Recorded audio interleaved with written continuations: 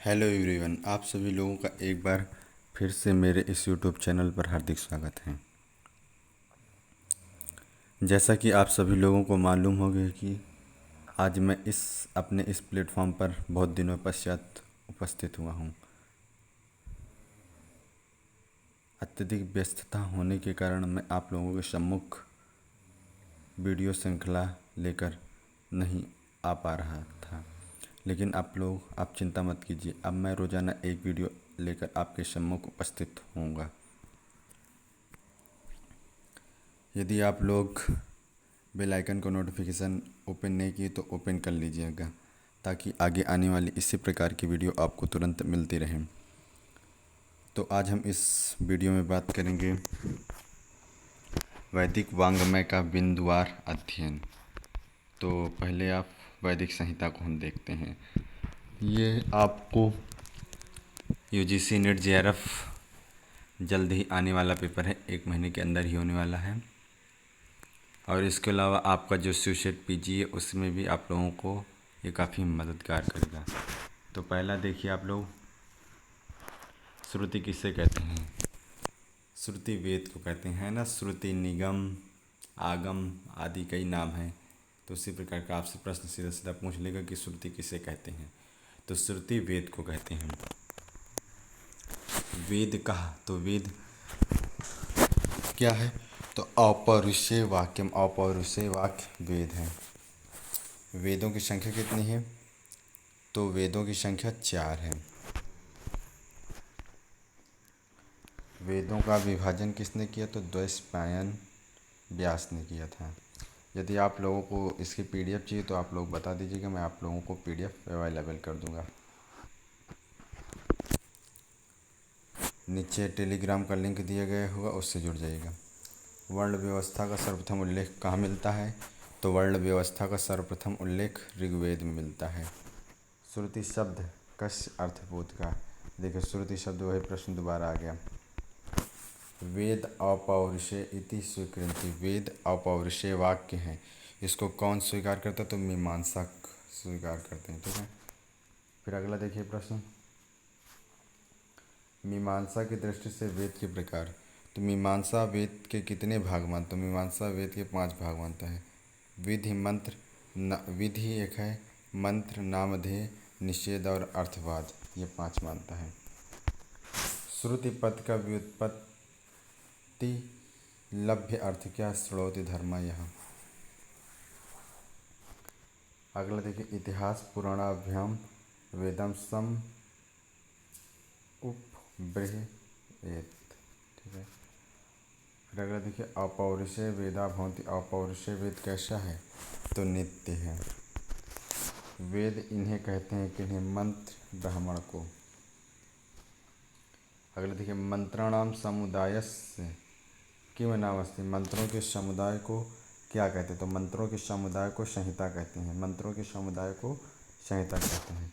वेद के काव्यात्मक हिस्से को कहा जाता है, वेद के काव्यात्मक हिस्से को संहिता कहा जाता है।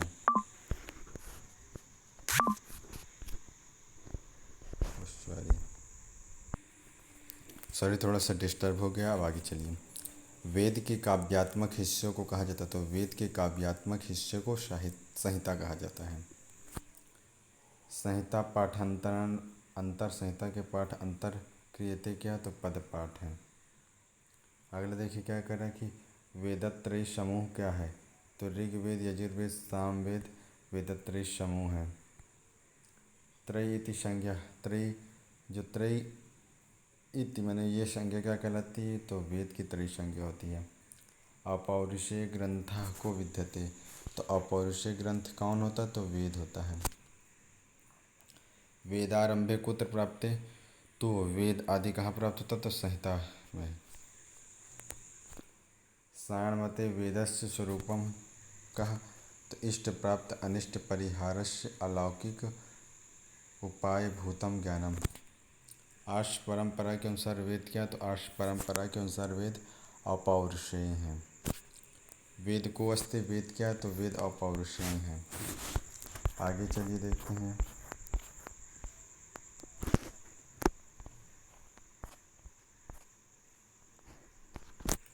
वेद स्वतः प्रमाणते किम मानस, तो मतलब वेद स्वतः प्रमाण है, ये इसको क्यों माना जाता है, तो ये ईश्वर प्रोक्तम, ये ईश्वर के द्वारा कहे गए, इसीलिए वेद को स्वतः प्रमाण माना जाता है। वेदत्रय में किसकी गणना नहीं होती, तो वेदत्रय में अथर्ववेद की गणना नहीं होती, क्योंकि वेदत्रय के अंतर्गत ऋग्वेद, यजुर्वेद, सामवेद आता है। वेद शब्द से निष्पत्तौ कहा निष्पत्ति समचीना अस्ति विद निवारण है का कथ्यते वेद निंदकः, वेद निंदक किसे कहा जाता है, तो नास्तिक को वेद निंदक कहा जाता है। धर्म का मूल प्रमाण क्या है, तो वेद है, और धर्म का मूल सूत्र वेद ही है। ऋग प्रतिशाख संबंधित है किससे, तो ऋग्वेद से संबंधित है। ऋग्वेदी मतलब ऋग्वेद के ऋत्विक कौन होता है, तो होता है ना, ऋग्वेद का होता अर्धायु, उद्गाता और ब्रह्मा।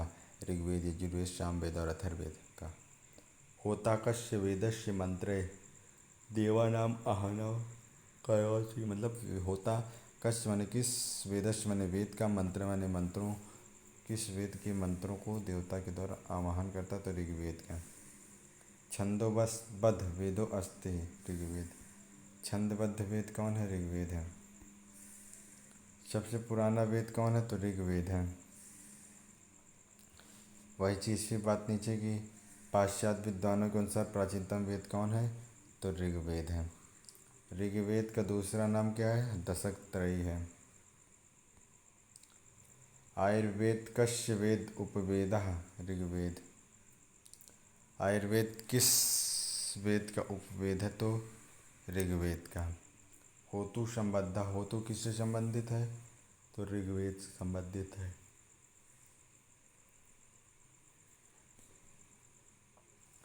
मंडल क्रम किससे संबंधित, तो ये भी ऋग्वेद से संबंधित है। ऋग्वेद की सृष्टि किससे हुई, तो ऋग्वेद की सृष्टि अग्नि से हुई है। ऋग्वेद संप्राप्त, ऋग्वेद प्राप्त है तो किससे, अग्नि से प्राप्त है। फिर अगला देखिए, ऋग्वेद का प्रथम सूक्त कहाँ, तो ऋग्वेद का प्रथम सूक्त अग्नि है। वही चीज़ फिर देखिए, ऋग्वेद प्रथम मंडल से प्रथम सूक्तम किम, अग्नि सूक्त है। ऋग्वेद के प्रथम मंडल का नाम क्या है, अग्नि सूक्त है। ऋग्वेद में सूक्तों की संख्या कितनी, तो 1028। पतंजलि के अनुसार ऋग्वेद की शाखाओं की संख्या 21 एकविंशति। प्रसिद्ध ऋग्वेद संबद्ध है किससे संबंध, मतलब 4 ऑप्शन दिया गया होगा, वही चीज़ें यहाँ पे ऐसे दे दी गई है। शाकल संहिता किस वेद की है, तो ऋग्वेद की है। वास्कल, ये भी ऋग्वेद की। मांडुकायन ऋग्वेद की है ना। साकल, वास्कल, अश्वलायन, सांख्यायन। ऋग्वेद के 10वें मंडल में कितने सूक्त हैं, 191। ऋग्वेद के 10वें मंडल में 191 सूक्त हैं। ऋग्वेद की मूल लिपि क्या, तो ऋग्वेद की मूल लिपि ब्राह्मी लिपि है। ऋग्वेद की मूल लिपि ब्राह्मी लिपि है। स्कंद स्वामी का भाष्य किनसे संबंधित है, तो ऋग्वेद से। और एक प्रश्न यह भी पूछा जाता है कि ऋग्वेद के सबसे प्राचीन भाष्यकार कौन है, तो स्कंद स्वामी। कभी कभी भाष्यकारों का क्रम भी पूछ लेता है, तो क्रम में आपका आ जाएंगे, जैसे पहला तो स्कंद स्वामी हो जाएंगे, दूसरा नारायण, फिर उद्दीत हो जाएंगे, फिर वेंकट माधव हो जाएंगे, फिर आपके धनुष यज्वा जो त्रिवेदी भाष्य हैं ऋग्वेद के प्रसिद्ध माने जाते हैं, फिर आनंद तीर्थ, अनंत आचार्य, और फिर शायद हो जाएगा।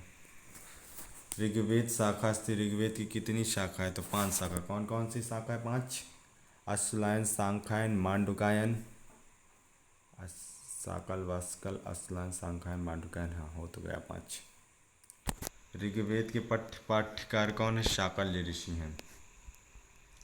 वंश मंडली उपलब्धते, वंश मंडली कहाँ प्राप्त होती है, तो ये ऋग्वेद में प्राप्त होती है। दान स्तुति सूक्त संहिता या संति कहाँ है, ऋग्वेद संहिता में है।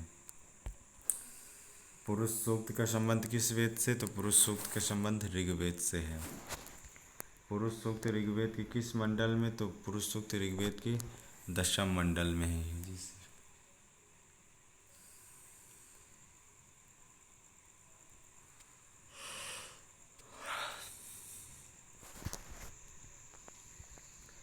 ऋग्वेद का स्वरित प्रदर्शित उपनिषद। शाखा शाखा किससे संबंधित है? तो ऋग्वेद से संबंधित है। ऋग्वेद में मंत्रों की संख्या क्या कहलाती है? ऋग्वेद में मंत्रों की संख्या ऋचा कहलाती है। आयुर्वेद किस वेद से संबंधित है? तो ऋग्वेद से संबंधित है। पूर्व उर्वशी संवाद ये भी आपको ऋग्वेद में मिलेगा। ऋग्वेद में पारिवारिक मंडल 2 से 7, मतलब ऋग्वेद में 10 मंडल, तो मंडल 2 से लेकर मंडल 7वें तक के को परिवार मंडल कहा जाता है। समान इवा आपूर्ति समान हृदयान इवा किस वेद का अंतिम मंत्र है? तो ये ऋग्वेद का अंतिम मंत्र है। ऋग शब्द से भवती, ऋग शब्द का क्या अर्थ है? तो ऋग शब्द का अर्थ है स्तुति।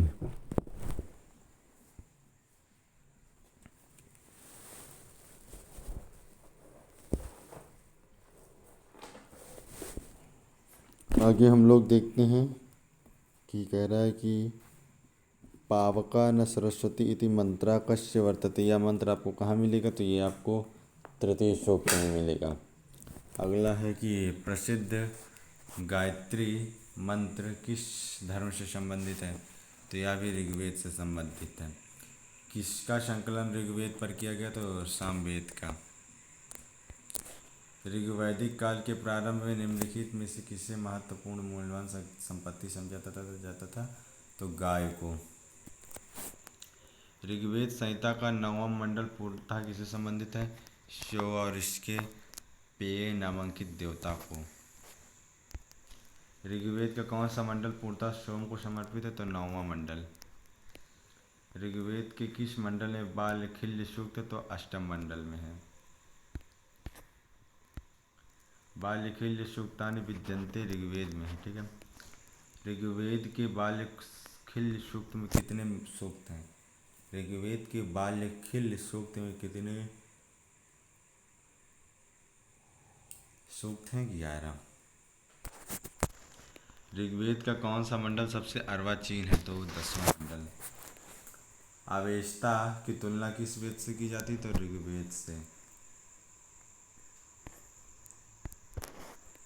शाम गान का जिस वेद पर गायन किया जाता है वह वेद कौन है? ऋग्वेद है। प्रसिद्ध सुना शेप जिसमें मिलता है वह वेद कौन है? प्रसिद्ध जो सुना शेप आख्यान है वह किस वेद में? तो वह ऋग्वेद में है।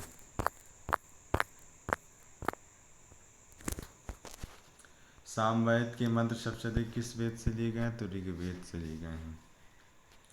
ऋग्वेदे अग्नि सूक्ते अग्नि उच्यते पुरोहित कहलाता है। ऋग शब्द से दार्शनिक अर्थ कहा। ऋग शब्द के दार्शनिक ऋग मतलब जो ऋग शब्द है इसका दार्शनिक अर्थ क्या है? तो ब्रह्मा है। याज्ञ शास्त्रम केन पठ्यते होत्रा। कहा ऋग्वेदस्य मंत्र देवानाम आवाहनम करोति होता है। ऋग्वेद की रचना कहाँ हुई थी? तो सप्त सैंधव प्रदेश में हुई थी। ऋग्वेदस्य कस्य मंडलस्य नाम पावमान मंडलस्य नवम मंडलस्य। का वेद अभ्यर्थित ऋग्वेद है। अश्ववामी सूक्तस्य ऋग्वेद में संबंधित है। ऋग्वेदस्य मुख्य विषय आश्रित उपासना। ऋग्वेद के का मुख्य विषय क्या है? उपासना। वर्ण व्यवस्था का सबसे पहला विवरण कहाँ पर? ऋग्वेद के अंतिम सूक्त अंतिम मंडल पुरुष सूक्त में मिलता है।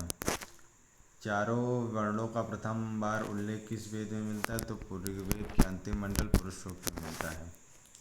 ऋग्वेद में जनता निम्नलिखित में से मुख्यतः किसमें विश्वास करती थी? तो बलि एवं कर्मकांड में। ऋग्वेद में वर्णित धर्म का आधार क्या था? प्रकृति पूजा था। वेद में वर्णित सबसे सामान्य अपराध क्या था? पशुओं की चोरी। होतृगणे कति ऋत्विकता भवति। होतृगण के कितने ऋत्विक होते हैं? तो 4। होतृगण के ऋत्विक 4 होते हैं। आर्य और अनार्य युद्ध वर्णन मिलता है कहाँ? ऋग्वेद में। स्तुति प्रधान देवता ऋग्वेद है। ऋग्वेद के किस मंडल में सोम यज्ञ के मंत्र हैं? 9वें मंडल में। अश्लांश्राव सूत्र ऋग्वेद से संबंधित है। लैंग्लोसिस ऋग्वेद का जिस भाषा में अनुवाद किया वो कौन सा है? फ्रेंच भाषा में।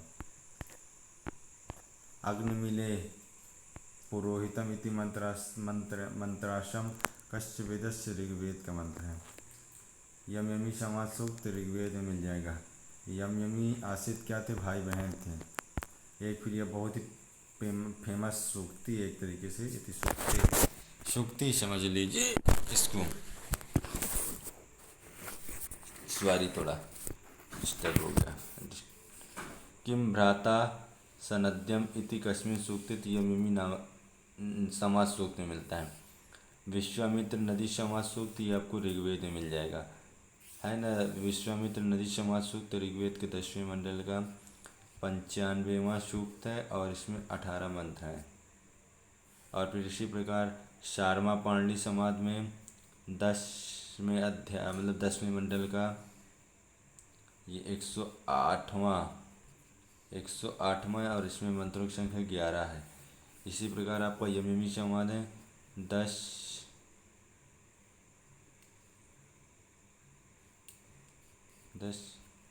14 शारमा पाणिनि ऋग्वेद में मिलता है। पूर्वावर्षी समाज सूक्त ऋग्वेद के किस मंडल में? तो 10वें मंडल में है। नासिदी सूक्त किससे संबंधित है? तो ऋग्वेद से संबंधित है। यम यमी ऋग्वेद के किस मंडल में? तो 10वें मंडल में। फिर न व स्त्राणि सख्यानि सन्ति थी पूर्वावर्षी समाज सूक्त है। मानो नी पुरुष नमस्ते विश्वामित्र से है। न अहम वेदवत्तम न श्रुतम मैं न भाई हूँ न बहन हूँ। इस शारमा पाणिनि समाज सूक्त है। इसमें आप लोग यमयमी समाज मत लगा देना कि भेद भ्रातृत्व मतलब भाई को देखकर यमयमी समाज सूक्त लगा दीजिए। इसको आप याद कीजिए। नो वेदम न अहम वेदम भ्रातृत्वम न स्वश्रुतम शारमा पाणिनि समाज। यमी प्रतीक है रात्रि की। विपाशा शत्रुश्री इति नदी वर्णन कहाँ है? विश्वामित्र नदी समाज सूक्त में। विश्वामित्र नदी संवाद की ऋषिका कौन थी? विपाट और क्षुद्रणी। एनम वया पिन्नवाना विश्वामित्र नदी सूक्त। यहाँ पर मैं आप लोगों को पहचानने का एक तरीका बना दूँ। जहाँ पर अच्छा शब्द पिन्नवाना और उर्वी शब्द दिया हो वहाँ पर आप लोग बिना सोचे समझे विश्वामित्र नदी समाज सूक्त लगा दीजिएगा। तस्य वयम प्रश्व ये भी आपका विश्वामित्र नदी समाज सूक्त हो जाएगा। ऋग्वेद के किस मंडल में विश्वामित्र नदी समाज? तो तृतीय मंडल में है। इंद्रिय विषय प्रसव अच्छा समुद्र ये भी आपका विश्वामित्र समाज सूक्त में रहता है ना। अच्छा शब्द एक आपको पिन्नवाना अच्छा और उर्वी शब्द बता दूँ तो वहाँ पर आपका विश्वामित्र नदी समाज सूक्त हो जाएगा। ये शारमा पाणिनि समाज सूक्त ऋग्वेद के 10वें मंडल के 108वां सूक्त है।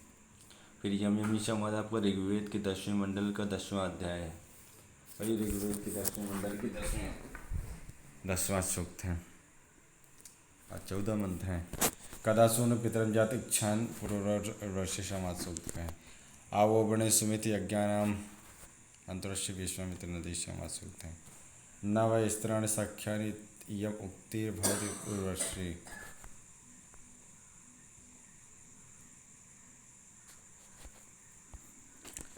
श्रेष्ठ उत्पत्ति विवेचक वर्णन कहाँ मिलेगा आपको? नासदी सूक्त में मिल जाएगा।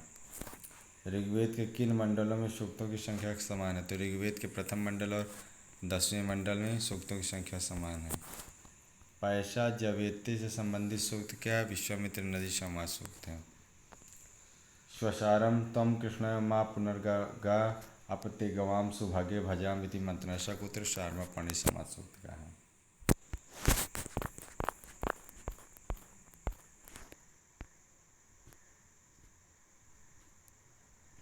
चलिए इसको आज हम लोग यहीं तक रखते हैं। अगला टॉपिक अगले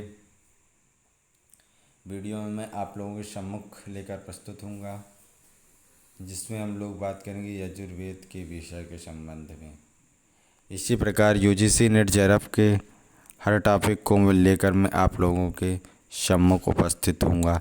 बस आप लोग इसी प्रकार मेरे इस यूट्यूब चैनल से जुड़े रहिए और वीडियो को लाइक करते रहिए और अपनी जानकारी को आगे बढ़ाते रहिए, ताकि आप लोगों का आने वाला एग्ज़ाम यूजीसी क्रैक हो जाए और जो आपका पोस्ट ग्रेजुएशन का पेपर होगा वो भी सफल रहे।